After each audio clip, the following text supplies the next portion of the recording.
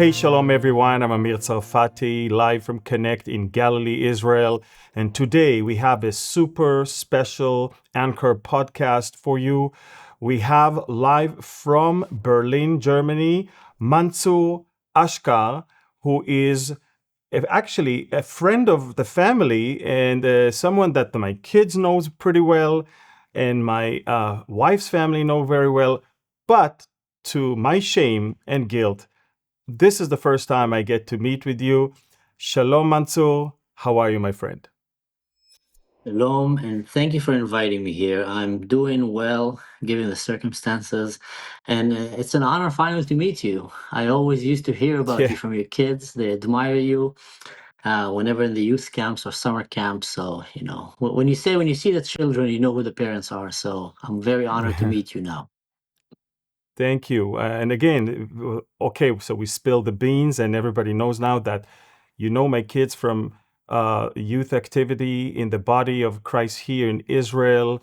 You are indeed a believer, a local believer. Now you live in Germany, you're married, you have a son there, and you live in Germany. But obviously, you were born and raised in Israel, you served in the military in Israel. But you have a very special background that most believers in Israel do not have.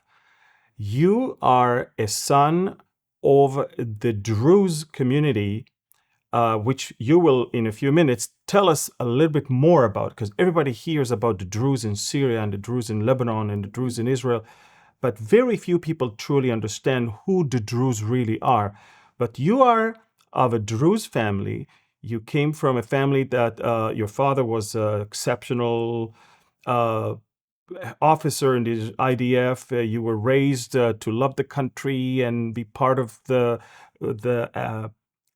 security issues that are part of our lives here. You yourself served in a special unit in the IDF, and even the rest of your career, even as a civilian, was related somehow to security and securing people. Um, I'm not going to say where exactly and what, but I will ask you to tell us a little bit about yourself, your background, and how you came to faith in Yeshua as a Druze that lives here in Israel. Wow, that's a good question. So just like you said, I'm a Druze, born and raised in Israel. My family is very Israeli, very Zionist, very patriotic. My grandfather was the highest ranking officer in the Druze community. He kind of opened the door for many other officers to come after him. He was the first non-Jew to light the Mesu'ah, the beacon that we do, in Wow. Independence Day. He was the first non-Jewish person to do that, and he was awarded, by the prime minister back then, and the Ramatkal. He fought in the all Israeli wars. I myself went in his footsteps and also became an officer. I was in the special forces. We're a family of warriors. Grow up in Israel. My grandfather fought in all of the Israeli wars. He named my mom Medina after the nation of Israel. Medina. That's the name of my mom. So you can understand that I grew up very connected to this land, very connected to its people. And that's part of the beauty of the Druze, which we will, dive in about it. I served as an officer in a special unit mainly focused on saving hostages. It was a hostage rescue unit. There's only a few of them in Israel. And after a while, I decided to go and just travel the world and walk around the world. And I end up working in different security jobs all around the globe. Regarding your questions, how did I come to faith? There's a verse that says, "Seek and you shall find," and I think I just really was seeking. I was truly seeking. And as a kid, even, I had the questions of who goes to heaven and what's the path to go there? Because I want to be close to God. And then I came and I said as a kid, okay, if you're born Muslim, they tell you Islam. If you're born Jewish, they tell you Judaism. If you're born Christian, tell Christianity. If you're born, each religion kind of, talk about itself. So I said, God, I honestly don't care which book you want me to read. I just want to find you. So I used to pray and I said, I will pray to you through everyone. I will pray through the faith of the Druze, the Christians, the Muslims, the Hindus, the Jews. Doesn't matter to me.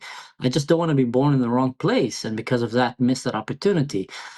And I became very curious about religions. But then when I first met, we call them Messianic families in Israel. I met a few families, and that's the first time that I felt that they walk the talk, that they're doing things genuinely, Mm. not just because it's a religion, but actually because it's a personal faith. When they choose not to lie, when they choose not to cheat the system, evade taxes, or just day by day stuff, they're doing it because of some conviction that they had with their faith. And I came and said, that's the first time that I see a real good practice of religion that is not just very religious, but it's actually very personal. And it was just a normal evolution. Just started going through it until I realized that, this is the order of things, how things make sense. Judaism brought us the Torah. Yeshua brought us, the Brit Hadashah and the, salvation after that. Muhammad kind of flew out of the window, was not relevant anymore in that picture. And I just kind of realized that this is the path. And for me, that was for many years. I just started personally studying it and reading it and keeping it, to myself, obviously. Pretty much until I became an officer in the army. And that's when I had a conviction that I was not really practicing my faith.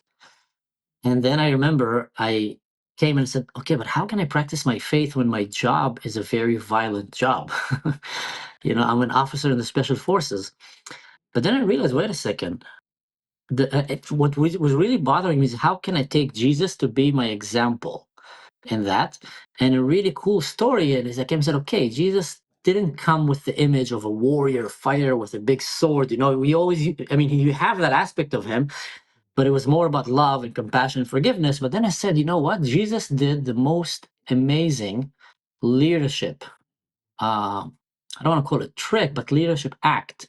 He went and he washed the feet of his disciples.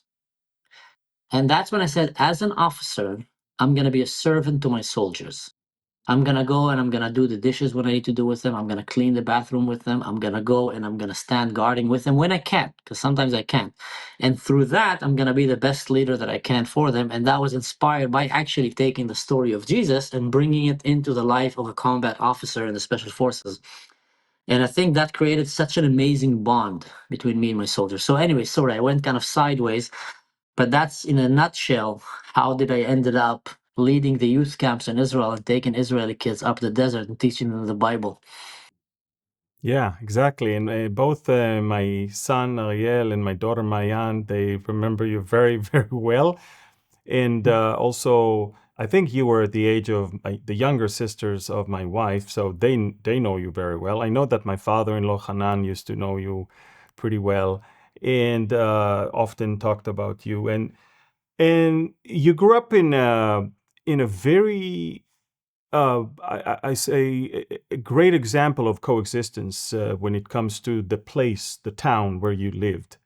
Where is it exactly in Israel? Obviously, all Druze live in northern Israel, but which part in northern Israel are you from? So I hail from the mountain of Carmel, the Usfia village, so we're neighbors even on top of Sphere. everything. And also my mom's family came from the village of Mrar, Megar, Ah, which is in nice. close to Nazareth by the Sea of Galilee. Correct. So that's the two areas that I came from, which are very Druze village, but also they're mixed. They have Christians in them, they have Muslims in them. Nowadays, there's a lot of Jews living there because the real estate in Usfia is easier. So yeah, it's a very unique environment to grow as an Israeli, I feel. But then I moved to Yeah, Eilat when I was a young kid, and I moved to a Jewish city. And we were one of the first Druze families to actually leave, because the Druze is a very secretive and closed community. And back then, it was not common at all to leave the village and go live among a secular city like Eilat with the Jews away from the community. So we were and one of the Eilat is a first resort. Druze. This is a resort town by the Red Sea, so it's like the Vegas of Israel when Yeah. it comes to what happens in Vegas stays in Vegas. So Eilat is like that one for Israel. Yeah, yeah. Eilat started as kind of, a reject city. People that didn't get along with authority or something. They just tell them go down to Eilat, stay there, and they wait all the hippies and beatniks, and they started kind of this Las Vegas of Israel. So yeah, we were very, very odd bird when we first reached Eilat. With the Druze flag, with my mom, with the futa, this head cover that she wears. People didn't know where did we come from and who are we in the beginning. It was very interesting. Wow. So, and that caused you to even more be immersed with the Israeli vibe as well as the local believers, because there was the shelter in Eilat, I think, and Mhm. some of the believers that live there, and that everybody here in Israel know. Yeah. Yeah, great. So now here you are, a Druze that came to faith in Yeshua. By the way, how did your parents accept that? How did your extended family look So here's the at your thing about new the faith? Druze religion. It's actually, as secretive as it is and closed, it's very accepting to other religions. So I kept it in secret. I was terrified to tell my parents, that I'm having questions about faith and I want to learn about other religions and I want to learn about other ways and I want to learn about God, myself.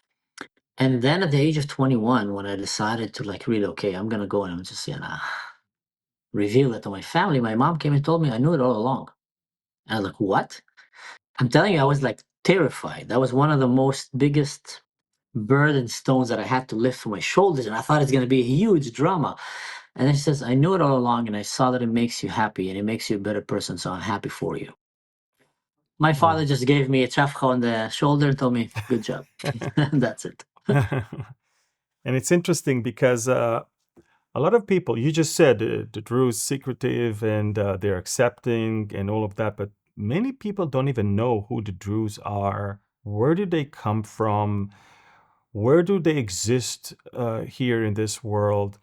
I was a tour guide for many, many years in Israel. I used to travel and show. We used to travel all the way to the place of fire of Elijah, the Muhraka, and we would drive through Esfia and Daliat el Carmel many times. And so that would be my chance to explain to people about the Druze people. I think it's the best thing is to hear it from a Druze. Um, Tell us where this group of people come from, where this faith and what is it all about? All right. So theologically, the Druze see themselves as direct descendant from Jethro, the father-in-law of Okay. Moses, the father of Zipporah. And that's one of the reasons that they feel very connected, by the way, with Christianity and Judaism. Now, they see it as a secret religion that was kept to itself, and at different spikes through the history of mankind, they came out and revealed themselves to the world with a different, purpose, to do something, and then kind of went back to the backstage and just kept for themselves, practiced their own religion, and were working and living among other religions peacefully. In 1,000 years ago, that's when the theology of the religion is saying they came to reveal themselves fully to the world because they thought that they might be ready for what they want to offer them, which is pretty cool actually when you think about it. Because they came 1,000 years ago. I mean, their only mistake that they did that under the Muslim empire, which was the least tolerant to other religions, and that they paid a big price for that. But they came down to Egypt, to Hakim bi-Amrillah, which was a Khalifa in Egypt. And they basically offered this new age, 1,000 years old religion, coming and saying that there's one God. That's why they call the Druze al-Wahidun. They believe in one God from the word Wahid, Wahad. So there is one God, but different religions teach about the same God, only maybe in different ways, and they might have different teachers or prophets that came, but they're all trying to aim to the same God. So we should be more accepting towards these religions. And they also offered something very unique, which they started the separation of religion and state about 1,000 years ago. Only the religious people need to practice religion. The secular people, they're not expected to live and abide by the strict rules of religion. They just need to respect the traditions and live in it. And they don't feel the need to go and convert or change anyone. So when they offered that to the Khalifa, in the beginning they liked it. It was a cool idea. It was under the Shia that were more spiritual, than the Sunnah, which is more orthodox and by the letter. But then they came and asked them a certain question. Wait, so can God send another prophet after Muhammad? And the Druze said, absolutely. If he chooses so, he can send. He can send anytime, a messenger servant to go and teach and tell people. So by that, they declare the Druze as kuffar, because Muhammad, the prophet, came and Infidels. said, infidels, exactly, that he is the seal of the prophets and no one can come after him. And Islam is the ultimate religion and no other version can be accepted. And that's, where God wants the world to be. So the Druze started being persecuted and massacred, and they had to flee to live in the mountains mostly. And they became, in one hand, farmers, on the other hand, fighters, to learn to defend themselves. And they moved and lived in the northern part of Israel, the area of the Galilee, in Lebanon, and in Syria. The majority actually went to Syria. And there they were hiding for the last maybe 1,000 years, and often even completely disguising their religion so no one knows, because they wanted to kill them. So they had to pretend to be Muslims at often, many times, which is something that is actually, we've seen that happen quite a lot. I mean, I have a friend in Israel. We probably know the husband. He's a lawyer in Israel, but his wife is from Holland, and their family name is Bueno de Muscat, the good mosque. And she's Jewish. And I asked her, like, very proud Jewish family. And I said, how come as a Jew, your family name is the Good Mosque? And she said, well, when my family was under Muslim colonization, they had to hide their Jewish identity. And many Jews changed their family names and pretended to be Muslims just so they can survive. So the Druze did the same. And actually, until today, they're still doing the same, except one place. And that place is Israel. Israel is the only country that the Druze are actually comfortable and completely safe to put their flag up, to come and share their identity, to come and say who they are truly. And that's a very unique experience that the Druze didn't have for more than 1,000 years. And as the walls right now are falling, Iran is collapsing, Hezbollah has been dismantled, the Assad regime fell down, the Druze around started hearing more and more about what's happening in Israel, and they're just amazed. They're amazed by how empowered we are as a minority in Israel, and they're seeing it right now, how we're the most strongest stand with the Druze in Syria, and the Christians, by the way, to prevent their massacre, is coming from Israel, and it's coming from the Druze in Israel. They literally went and about to jump over the fence and run and fight to defend, the Druze and the Christians in that mountain. So Druze in Lebanon and other places think like, wow, these Druze, we were told all these years that the Druze in Israel are living like slaves, that they're being oppressed, that they're afraid. And now, behold, it's exactly the opposite. We're the one that don't dare to speak, and they are just completely empowered. They just had a bunch of teenage girls from the village of Yarka send a satellite to space. Meanwhile, teenage girls in Syria are being kidnapped and becoming sex slaves and forced to see their family executed. So the history, kind of in a nutshell, of the Druze that brought them to that region. Right now, the Druze are still a secret religion. There's about 1 million of us, a little bit more, maybe 1.2 or 3, all around the world. Majority are in Syria, which are experiencing a very dangerous ethnical cleansing that is Yeah. happening. Then Lebanon, then Israel, some Jordan, and then Germany and Venezuela and kind Yeah. of in the diaspora. I actually know a few in America, and some of them are in very, very high position. Some of them are extremely gifted surgeon doctors and wonderful, wonderful people. And the thing is that we have Druze in Lebanon, we have Druze in Israel, and we have Druze in Syria. In Israel, for quite a long time, there were two groups of Druze. There was those who live in Galilee and Mount Carmel that were 100% identifying with Israel, and there were those on Golan Heights that were not sure what the prospect of the Golan Heights is going to be. And will an Israeli prime minister sign a deal that will give the Golan back to the Syrians? And so for many, many years, they were sitting on the fence, not sure to whom they should pledge their allegiance, simply Mhm. because for them it's a matter of death and life. and they will be massacred if they will become pro-Israeli and then go back to Syrian hands. Am I right to assume that? You're 100% right. And I would even add the borders, when they became the borders, they cut several of these Druze villages exactly in half. So suddenly you have one half living in Israel with complete freedom, and then the other half, they see each other. They shout at each other with a megaphone. Is there under one of the most oppressive regime to ever, walk this earth. So they were just terrified for their family, and they came and said, if today we pledge alliance to Israel, they're going to go and slaughter our family. And just like you said, if today we pledge alliance to Israel and tomorrow comes a government who, under the peace agreement, because we've seen Israel do that in the past, they gave back Gaza, they gave back Sinai. Yes. It was something that was known that Israel is willing to go to an extreme extent sometimes in order to maybe have peace. It usually failed, but the idea was there.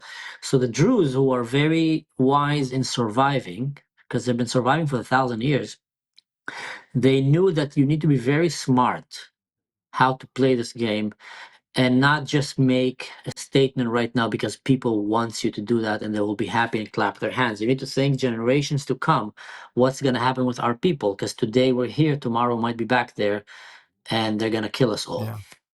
Yeah. And throughout this current war, there was one point where the Druze felt it really bad. During this war, there's a particular moment where the Druze people were actually targeted by Hezbollah, and that was when the rocket hit the playground at Majd al-Shams and killed instantly quite a few children there on the spot, which, by the way, I think was the accelerator to the Israeli decision to go Take and down put an end Hezbollah. to Hezbollah. Yep, take down Hezbollah. Fuad Shukr is the first one who was eliminated, the chief of staff of Hezbollah, and I think that was the immediate response. And then, of course, everything else, we know what happened with the pagers and the walkie-talkies, and then the elimination of Nasrallah, and the rest is history.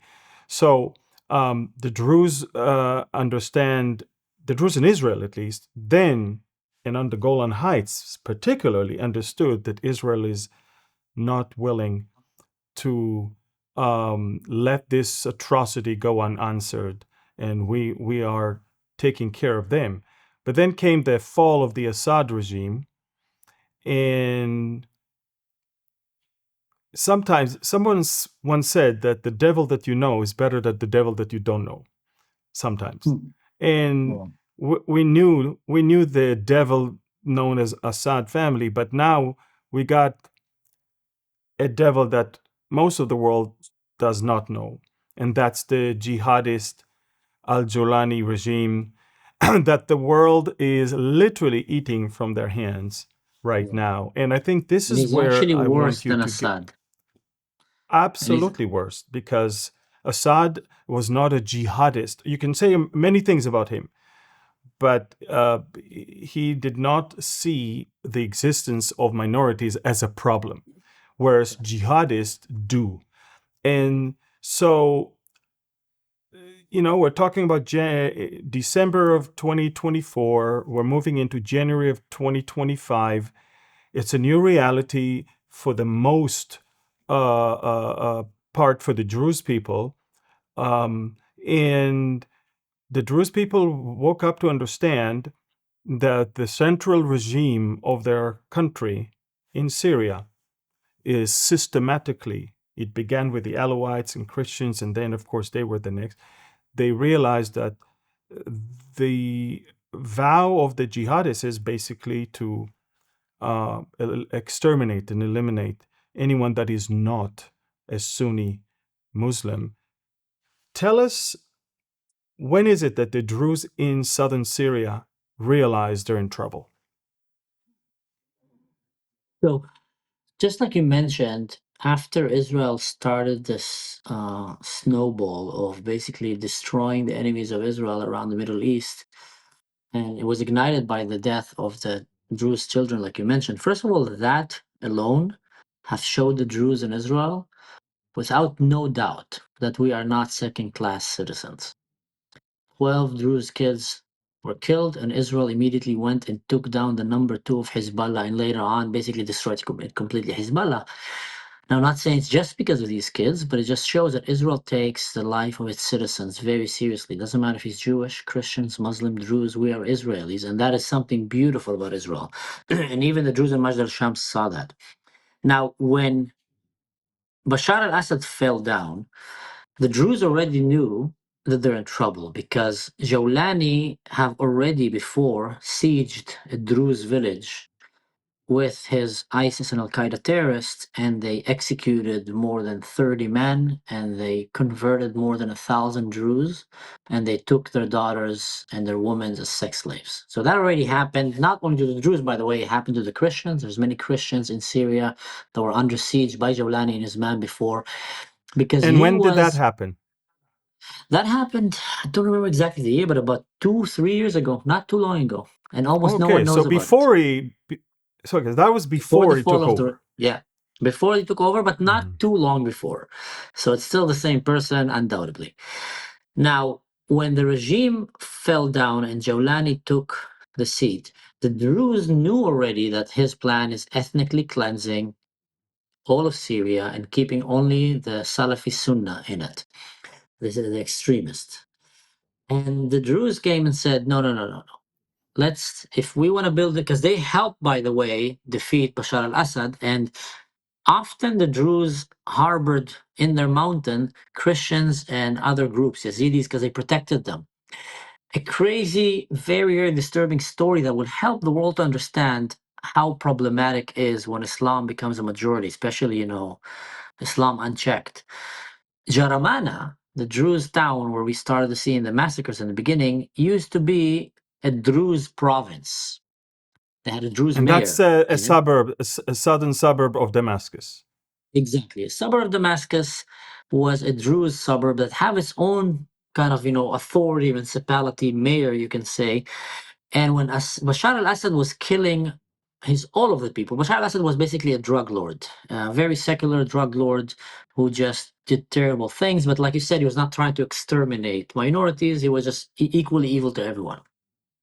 So many Muslims fled and lived under the protection of the Druze, along with Christians and others, because the Druze always knew how to survive and protect themselves relatively more than the rest in Syria. Only ones that knew to do that better were the Kurds, but that's because they had an official army sponsored by the US, CIA, and etc. So they were like on the next level. But inside that Mad Max jihadist world of Syria, the Druze were still standing strong and not succumbing to Sharia law. When Islam fled and lived under them, in the beginning it was like 100, 1,000, 5,000, 10,000. Then it became 100,000. Then it became almost a million of them. And what they did is they took over Jaramana and they started executing and killing the Druze. And we saw that with the fall of the regime and the people of Jawlani. One of the first things they did is they went and slaughtered the Alawites, and then they went and started killing the Christians. And then they came and they demanded that the Druze will hand out their weapons. Now, the Druze, knowing the situation, that's when they start realizing things are going really bad. They came and said, sorry guys, listen, just yesterday you were sieging us, trying to murder us and take our daughters. Now you took over the government and you start giving weapons to Al-Qaeda and jihadists, and ISIS. They have their patches with the uniform, Oh and yeah. you give them even more weapons than before, and you want us to hand down our weapons. Yes, you need to do that. Sorry, we don't feel comfortable doing that unless you build a proper government, which is going to have proper democracy. You were not elected, you took it by force, and have a proper representation of the Christians, the Alawites, the Yazidis, the Kurds, the Druze, all minorities, the Sunni.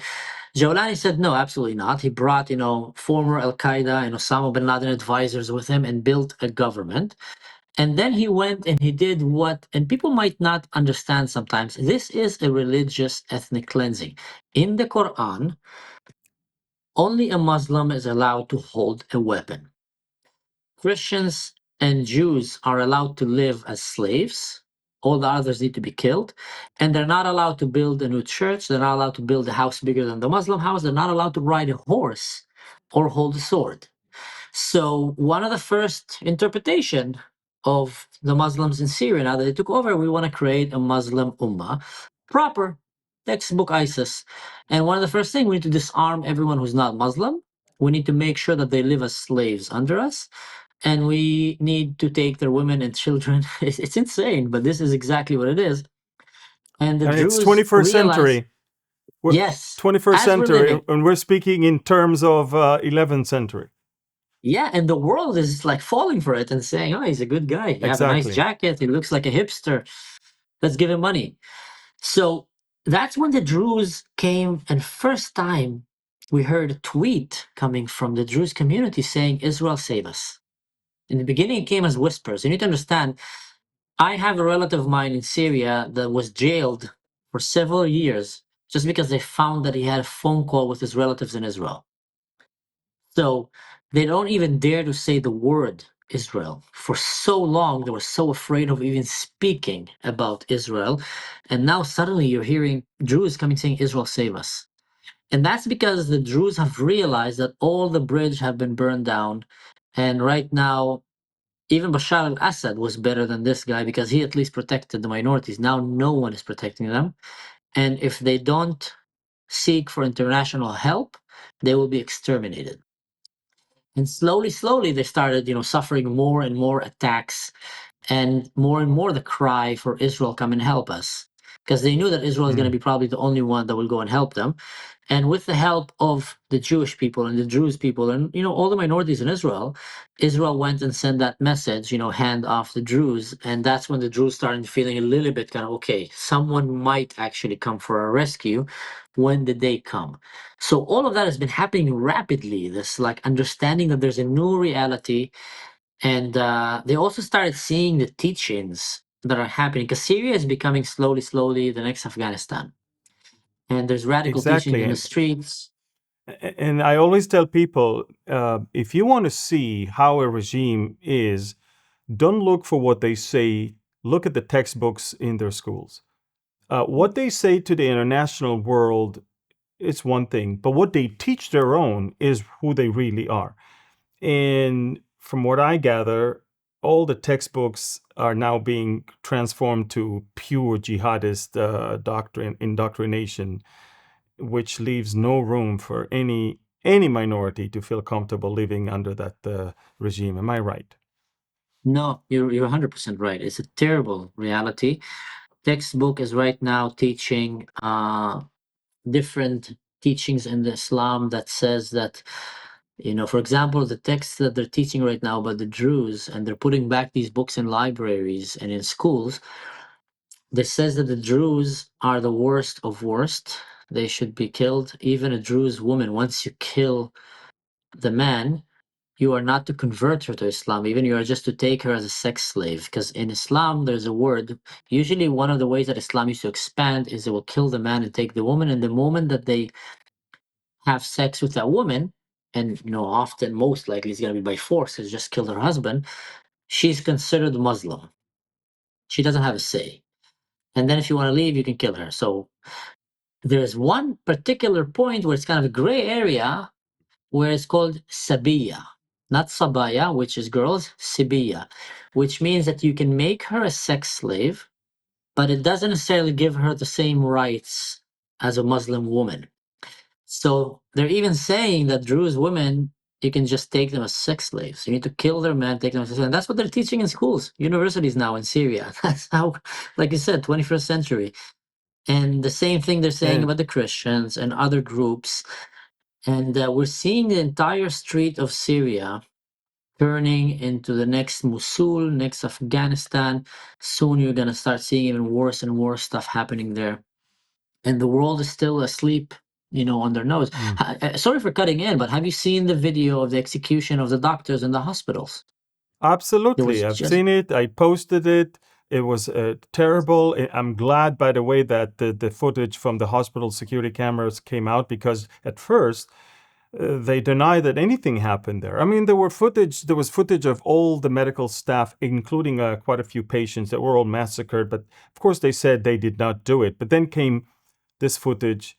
It was obvious. It was an HTS. It was, and then Now I see how they scramble to find us an excuse. They said that, oh, that doctor jumped on the soldier, therefore he had to. They're so pathetic in the way they're trying to defend themselves because they just don't want to admit who they are because it Mm-hmm. doesn't look good. All those progressive liberals, they want to feel good with themselves, and so they don't want to live and go to bed with the thinking that they are supporting monsters. So they're telling them, please tell us you're not monsters. They're Yeah. telling them back, we're not monsters. And I mean, that's it. It's all that it takes. The actions It's insane. and the footage, they don't care about. Facts don't matter here. Facts are secondary. And I think that that's why what you're doing and what It's we're trying to do unbelievable. Yeah. also is, They went and they gathered the doctors like we saw. And I'm just posting right now another video about one of the doctors that survived. So he's actually showing and telling the story. So he is saying, showing us there how this guy that was executed, in the beginning, he offered everybody water, trying to calm the terrorists down.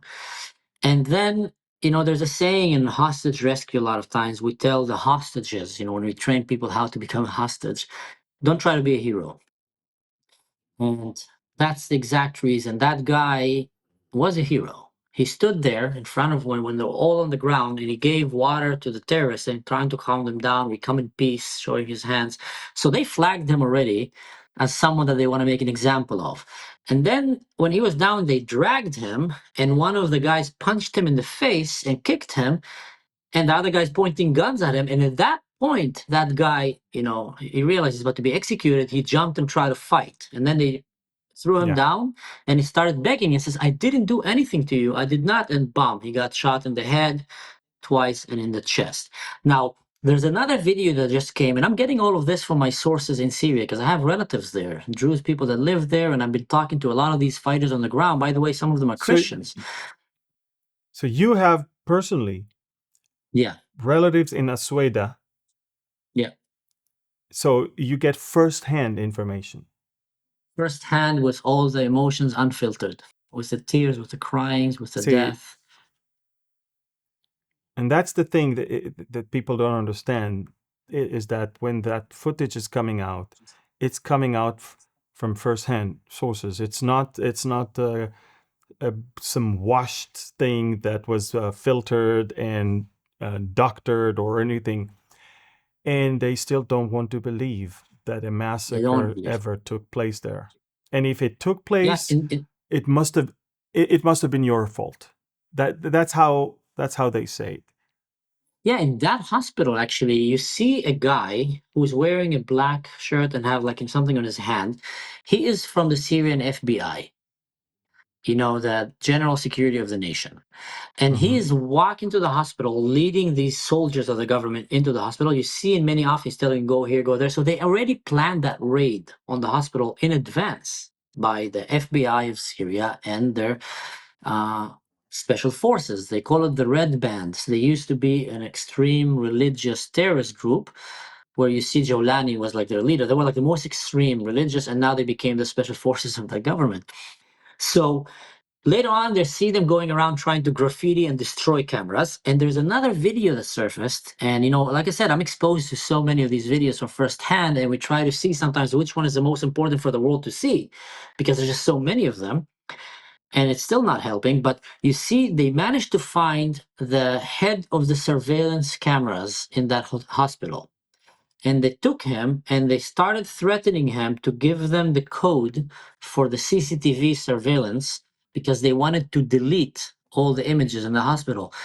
And he knew what they were planning to do and he refused. And then they executed him on his knees. So there's a video, and you can see that Secret Service guy also there. He's literally in every video with a black, kind of shirt and a big beard and I think a cast on his hand or something. So then later on, they went to the doctors and started executing them. And one of the things that they told them was if any of you talk or send the video, they took the phones from everyone, we will completely execute all of you. Now, little did they know that they were anyway planning to execute them, but they were still trying to Yeah. get all their phones. So we saw an undoubtedly planned execution of an entire hospital with its medical staff and the innocent patients that were inside, including pregnant women that just gave birth. They killed the mother and the child that was just born by the government, that was planned before even the invasion. Yes. So if anyone had any doubt that the Syrian regime is planning to ethnically cleanse all the minorities in Syria, I think that doubt is long ago gone. But for some reason, mainstream media still cover for them, and world leaders still keep falling for Jolani. Yeah. And that's very Yeah. dangerous. It's very dangerous, and it's what I've been tagging as strong delusions. They truly believe the lie and reject the truth, Yeah. and, and it breaks my heart because, as you know, unless you're called the Palestinian, no one will even listen to you. That's it. You have no chances. I mean, the places where there is real massacre, real ethnic cleansing, real genocide, real starvation, these places are being completely ignored. And wherever there is a fake narrative of genocide and starvation, everybody's buying the lie and rejecting the truth. And the Druze, unfortunately, are paying the price for it because the world's attention does not want to be divided. They prefer to focus on one thing and not to by any mean portray any other darling of the West as a villain, and it's very, very sad. In fact, I pretty much admire much of the U.S. administration is doing for Israel, but there's one thing that I criticize the current U.S. administration is their foreign policy in Syria, which they are Mm-hmm. backing this terrorist. They're talking to him. They legitimized him by meeting with him, by talking with him, by lifting the sanctions. They are legitimizing him and allowing others to feel free to do business with them, Do you such want to as know the why? UAE and Qatar. Yeah. I have a very And strong yeah, theory yeah, that yeah. I've been Please hearing tell me from the why. Druze and from others, because I am a big supporter as well of this administration in the US, much better than the last one. And in general, I think America is one of the most important countries on planet Earth. If it wasn't for America, we'll all be living under Nazi Germany right now, or communist Russia, Mhm. or I don't know what. So thank God for a strong America. But what happened here is there's a lot of Sunnah money involved in the picture. And Jolani is a Sunnah boy. And the Sunnah don't want to lose Syria to the Shia. So they keep telling the Americans, don't listen to Israel, listen to us. Let us tell you the best picture for the Middle East. Keep Syria Sunnah. Jolani, he listens to us, he's our boy. Turkey say that, Saudi Arabia say that, even Qatar is trying to say that. And Israel is saying a different story. No, guys, this guy is ISIS. What happened to you? Like last week, you had a bounty of $10 Exactly. million. Now he's not. So Israel's the only one speaking, sanity here. But the Arab world is telling America, don't listen. Israel is just going to cause problems here. Look what they did in Gaza. Please, they're going to drag you to another war. And America's getting like a bit, I feel, afraid of being portrayed as if they're being dragged by Israel, which Israel's not dragging them to any war. Israel is literally doing the right thing, and often they woke up and they join us when we went to attack Iran. No one wants Iran to have a nuclear weapon. They say death to America before they say death to Israel. So what happened here is that they made pressure on Israel not to get involved, and because of that, more Christians and Druze got slaughtered because they kept telling America, we got this under control. Don't let Israel go in and save the Druze. Because if Israel will go in fully save the Druze, which by the way they did actually in the end, they didn't listen to anyone. And I'm very happy about Israel with that. That will make Jolani look bad because the Sunnah Arab world is trying to portray an image of a moderate leader of Syria that want to make Yeah. Syria great again. And if he is caught doing what he's actually doing, which is slaughtering his own people, his own citizens, burning them alive, his soldiers, raping their women, beheading them, like we've seen October 7, doing terrible stuff. to them, kidnapping their daughters and sex trafficking Yeah. them and raping them and all I don't know what, and all of Yeah. that is done by the government, and Israel need to intervene to actually save the Syrian people from its own government. Then the West will realize that Syria is not controlled by moderate Sunnah. Syria became worse, and maybe it was better for the Shiite to go, or even the Shiite might start trying to come back and say, see, we did better. So in order to prevent the loss of the Sunnah hold over Syria, they're buying their way throughout entire the world, kind of media outlets, and they're making deals with America, $100 billion deals and I don't know what, and telling just give us a chance here, we'll tell you how it's done, meanwhile ignoring Israel. And just like you said, it's very embarrassing and very disappointing to see that such a good administration that up until now was doing such a great job of actually standing on the right side with Israel, in that particular case about Syria, is choosing to take the advice of foreign players that, by the way, don't have the same interests like America, like Israel does. And I think in many aspects, Israel and America, each country needs to take care of itself, but they rarely ever have contradiction, in how they want to see the world in the future. They're very Mm. similar in their cultures Yeah. and their values. For Islam, the worst thing that can happen is that they would lose land. And that's why you would see Saudi Arabia one day all against Palestine, all against Muslim Brotherhood and Al Jazeera and all their friends. But then Donald Trump want to buy Gaza, and then suddenly Saudi Arabia will be all pro-Palestine and against Israel. Why is that? Because they're playing the game. And in the end, they still want to expand. And the worst thing that they can see is when they lose land. That's why it terrifies them also what's happening in Gaza. And in Syria, if Israel would have went and saved these minorities as they wanted to, that would have made the Arabs look really bad. And maybe Israel would have even conquered more land. Because if you think about it, all these minorities that are running away right now from the north part of Syria all the way to the border with Israel, they're running to seek shelter by Israel. The safest place in Syria have become by the occupied IDF land in Syria. These villages are the safest place in Syria now, and everybody want to run there because there you get medical treatment. You can sleep at night with your door open. You have no fear that someone's going to kidnap your children because the IDF is protecting you in Syria. So if Israel goes in, a lot of these minorities actually come and says, Israel, please conquer us. Please come and take this area and let us be your citizens.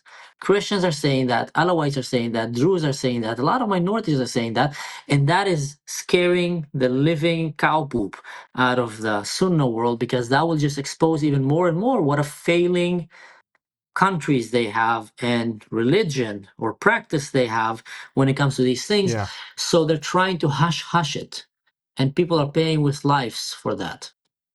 Yeah. I totally agree with you. Every time Israel is poised to take land, suddenly the whole Muslim world is on its on its feet and trying to stop us from doing that. Right now, even now, we're talking about taking over Gaza City and the central. I mean, basically, even considering annexation of parts of Gaza. Of course, that doesn't go well down their throat. Um, what in your mind is the best solution for this problem? If you had to craft a solution for the minorities, or for the most part the Druze people in Syria, what would be the best solution that you can think of? So I spent a lot of time thinking about the best solution, and I think I have two. Number one, and then if it doesn't work, then number two. Because I believe from my time in the service, you don't come only with a problem, you come with a solution. So I think the best solution would be if Israel would have actually conquered these areas and made the Druze mountain and all the area part of Israel. That's the best solution, because I would wish what I have to anyone else in the Middle East: to be a citizen of Israel. To be an Arab living in Israel is the best life in the Middle East, and I can only wish for my relatives there to live the life that I have, to be able to walk freely, to be able to not hide their religion, to be not fear that the government is going to come and slaughter them in front of their kids, rape their mothers, and kidnap their children. So that would be the best one. That's a far off, and it's very hard to see it happening. Another solution that I would say is number two is the world intervention to first recognize Syria as a failing terrorist state, which they are. They're not even hiding it. And then to start for once caring for the minorities in the Middle East and not for the Muslims. The Muslims are not a minority. There's 2 billion of them. And actually, they're the aggressors. Not all, but in general, all these crimes are happening under Muslim world. So start caring for the minorities and help the Druze, the Alawites, the Christians, the Yazidis in the southern part of Syria with the border with Israel to establish their own, call it federal states. So they can still be under a Syrian flag, use the Syrian, coin, etc., but they will have their own autonomy and independence like Texas, like other places where come and say, if you come at us, we can come back and take care of ourselves. We're not Mm. gonna succumb to that. So that means that these areas will not be forced to live under Sharia law, and they can actually live and practice their own religion and faith peacefully. And they will be by default under the protection of Israel in some aspect. They don't need to be Israeli citizens even, because in the end they serve as a buffer zone from all these, religious fanatics, Sunnah, that is in the center of Syria. Let them play Yeah. jihadist games with themselves. Let the Christians have autonomy over their life. Let the Druze have Mm. autonomy over their life. Let the Alawites, let the minorities live in peace. And what will happen if this will be the goal that the West will push? Now, it's very unlikely to do that because unfortunately, these minorities are not rich. So usually they don't have a lot of money to offer. So people kind of ignore them and just let them suffer. But if someone will come with a very good idea of, that's gonna be my legacy. I'm gonna make sure that from now to 500 years from now or 100 years, children will live safely in the southern part of Syria, and I will push for that agenda. You will end up having Israelis and Americans and Europeans going to Israel and traveling to Syria, Jewish people going to Syria, Syrians coming to Israel, because there's no terrorism there. You will start having agriculture, you start having science, you start having schools and businesses flourish there because there's no jihadists to come and blow it up and Yeah. teach radical UNRWA, teachings. So you will end up empowering this region so strongly and creating like a mini Europe in the Middle East that have Jews, Christians, Muslims, Druze, Yazidis, Kurds, Alawites living peacefully. No one is trying to kill anyone and Mm. safely. So I think that would be the best option because let's be honest about it. Syria does not belong to Jolani or to ISIS. Syria is bigger than most countries in Europe. Syria have 20 million people in it, and not all of them, are Muslims. The majority are. So if the Christian Syria used to be Christian even before.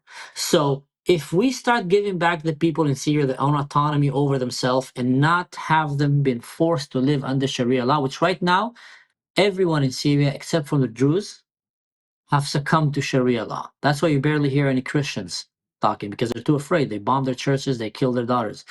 You don't hear Alawites because they slaughtered almost all of them and they're terrified right now. The only ones that are still standing tall and not bending a knee are the Druze, and many of the Christians and the other groups are fleeing to the Druze mountain to be protected by them. So I think that it's fair to give these minorities a peaceful life once and for all and have them be in the border with Israel and let the jihadists play jihadist games somewhere else. That's, I think, will be the best solution. I think it's a practical one, but it just needs, like I said, the world to do something about it. And if one thing Yeah. we've learned about the world, Amir, is that it's keep repeating itself. In the Holocaust, they knew what was happening to the Jews and they chose to turn a blind eye. And now they teach all about it and watch movies, and everybody sits home. And when he watches movies, he says, I'm going to be like Schindler. I'm going to save people. I'm going to be a hero. Yeah. I'm not going to let it on a front. But then Sure. it happens again. People close their eyes. So now it's happening again. There's a onslaught, a massacre of minorities happening in the Middle East under Islam. And the world is again turning a blind eye. And probably our grandchildren, 40 years from now, when they read books, they will say, like, I can't believe our parents. I'm so embarrassed of these parents. If I was there, I would have not let this happen. They would see the images of these Mm. little girls being kidnapped and massacred, Yeah. and they will sit Correct. and just tell themselves, I would have done it differently. And now it's our turn. Mm. It's happening around us. What are we doing? The Druze are experiencing now what the Yeah. Jews experienced during the Holocaust. They're being slaughtered, and they have no country. They have no real army. They don't have money. They're just farmers trying to live a peaceful life. Mhm. And Yeah. no one is caring about them. And the only one that is caring is Yeah. Israel, and Israel is getting all the heat for it. So Yeah. I can that's conclude as we're coming to the end. I can conclude with this. What I think we see now is a spiritual warfare. I think that beyond what it looks like flesh and blood and people. There's no doubt the world is being blinded by the enemy. I see spiritual blindness. I see spiritual warfare. And I truly believe, and you can probably agree with me, that the only solution eventually for the problems of the Middle East, the problems of the world, and to bring real everlasting peace is by putting your trust in the Prince of Peace, the Lord of Peace, that can give us peace now and forever, here and everywhere. And that's, of course, Yeshua. And I hope and pray that as many as we can share the message of hope and peace that can come through faith in the Messiah, which, by the way, he is not just for Israel. He's not just for Europe. He is the Lamb of God that came to take away the sin of the whole world. And only once you put your trust in Him, you truly learn, even in the most troublesome place on earth, you will finally find peace. But I wish everyone would hear your suggestions. Unfortunately, the world is hypocrite. Unfortunately, the world follows money, follows power, follows the things that are of this world and not of God Himself. So, again, my prayer for you as you continue doing this good job in exposing the evil and trying to get the attention, my prayer for you is also that people will ask you always about your faith, about your journey, about how you found peace in this troubled world. And my prayer is that more than your words, your life and the one who lives in you will shine His light to everyone, both your relatives in Syria and everyone that is listening to you when you try to persuade them to pay attention to what is going on. Mansur, I want to thank you for being on this podcast. You've done a great job in explaining what's going on. And I pray and hope that the people of Syria will finally find one day a rest. And until then, we can only pray, because as we can clearly see, it's not just a power and struggle of flesh and blood. And in this type of thing, we need also to pray and to be part of this fight in the spiritual realm as well. I want to you to say hi to your wife and to your child. Great success in your efforts to spread the good word and the truth. We're going to put down in the lower third right now your social contacts of how people can get in touch with you, how they can follow you on social media and support what you're doing. Thank you. Any final words you want to say?